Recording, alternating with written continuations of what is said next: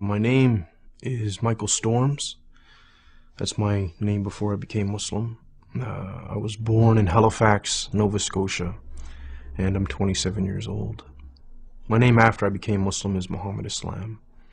My childhood was very difficult. My family, I came from a very violent background. My family are criminals, you could say. Very bad people. So that was my upbringing. Crime and violence, drugs, things like this. I don't know my father. My father left when I was 2. My mother deported him back to the States. And it was me and my 2 sisters with my mother. And then there's my uncles and my cousins, and they're kind of like always living where we were living. And it's a really tight-knit family, right? With relation to bad stuff. I thought the world was a very negative place because of my family, and like you were saying, because of the environment. I didn't see too many positives. So, and you could also say that my family kind of restricted my access to other things. They wanted me to do things with them. So it reinforced that there's nothing good going on, right? When I was younger, I felt afraid, but then when I grew up a little bit, it became pretty normal. And so the people in my family I wasn't afraid of anymore. I was part of the team. But initially, yeah, because when you're young, you're pure, right? And to be bombarded with a lot of bad things makes you uneasy. Like any hardship, you get accustomed to it, though, right? When I was about 8 years old, I would go to, this was very, very rare. This is when, before I started doing other things for money. I would go to a bakery called Paradise Bakery, right? And I would wash dishes for hours on end, but I was too young to be paid money, so what Norris would do is he would pay me in food, some bread and jam and dates and little sweets and stuff like this. And I would go home and feed my 2 sisters that because my mother would be off doing some other crime, or she'd be in jail or something like this, right? Or I'd be out all night collecting recyclables so I can come home and feed my sisters in the morning. When you see that you haven't eaten for a couple days, you know, and there's nothing, so you have to try to do something to feed yourself and feed your family, right? So my other family wouldn't really take care of us. I started my little career when I was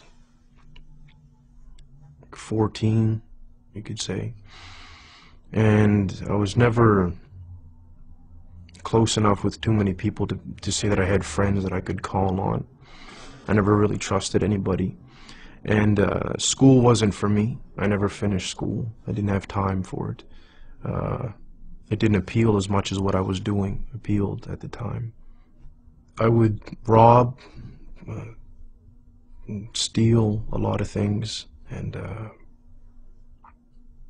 assault people, things like that. I was never alone, but I felt lonely, right? So I felt like there was like a void, something missing. I don't even like recalling the past, but it's okay for the interview, right? So a lot of the crimes that I would do just for the sake of wanting to do it, boredom. The payoff was like a bonus, but if I wanted, like, for example, steal a car because I didn't want to walk somewhere, I would just take somebody's car. When I was young, I lost all concern for people's feelings and whatnot. The way that I grew up, I felt no one's concerned for my feelings, so if I hurt somebody, I don't care about what they think or feel, or, you know, I didn't care at the time at all.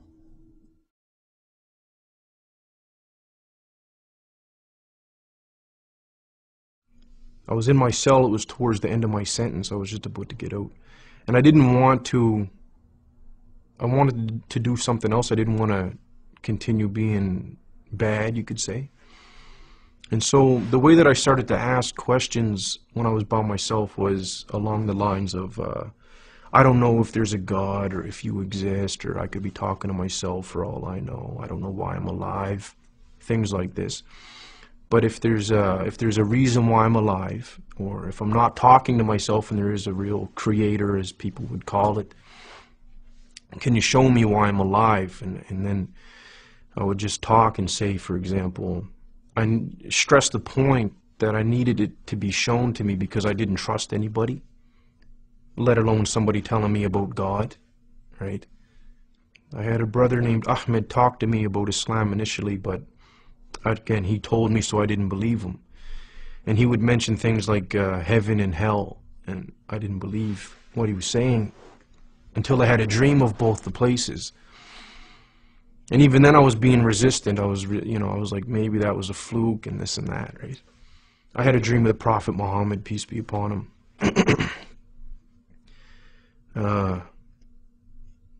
So things happened to me when I was awake and when I was asleep. And a lot of it happened to me in a very small amount of time. As soon as Ahmed started talking to me about Islam, I didn't believe him.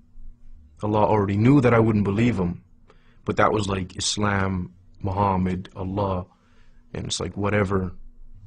And then these things started happening. And then I recalled what I asked for when I was in jail, for things to happen to me, so I can't deny it, right? It was very, very difficult.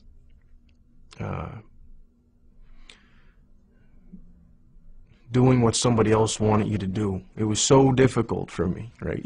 Even God, I struggle with it even today. It was very, very, very difficult. And I went into the masjid and I sat down, and actually I sat down I was on my knees and just sitting back like people do when they're finished for the prayer. And I just started crying, right? And I was crying and crying and crying and crying and crying and drooling. I couldn't control myself, right? So it was like 20 years of betrayal and stress, and violence and anger and all these things built up, and then it's like Allah allowed me to just get rid of it all. And I cried for a very, very, very, very, very long time, right? And I couldn't move, right? I was just crying. And then I remember saying at the end of it, all right, I'll try to do, what you want me to do.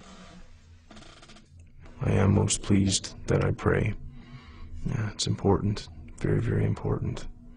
A feeling of safety from Allah and from His punishment, you could say. That's what I get out of it, like a calmness and that I'm all right for right now until the next prayer comes in, or until tomorrow. My future, I see it as positive in the dunya because it's going to be controlled and very simple, and that's why that's my positive future here. Very simple lifestyle that's positive. Don't hurt nobody. Don't get hurt. Inshallah, if I get forgiven in the next life, that's what makes me feel really positive, right? If I get forgiven, it'd be great. Inshallah.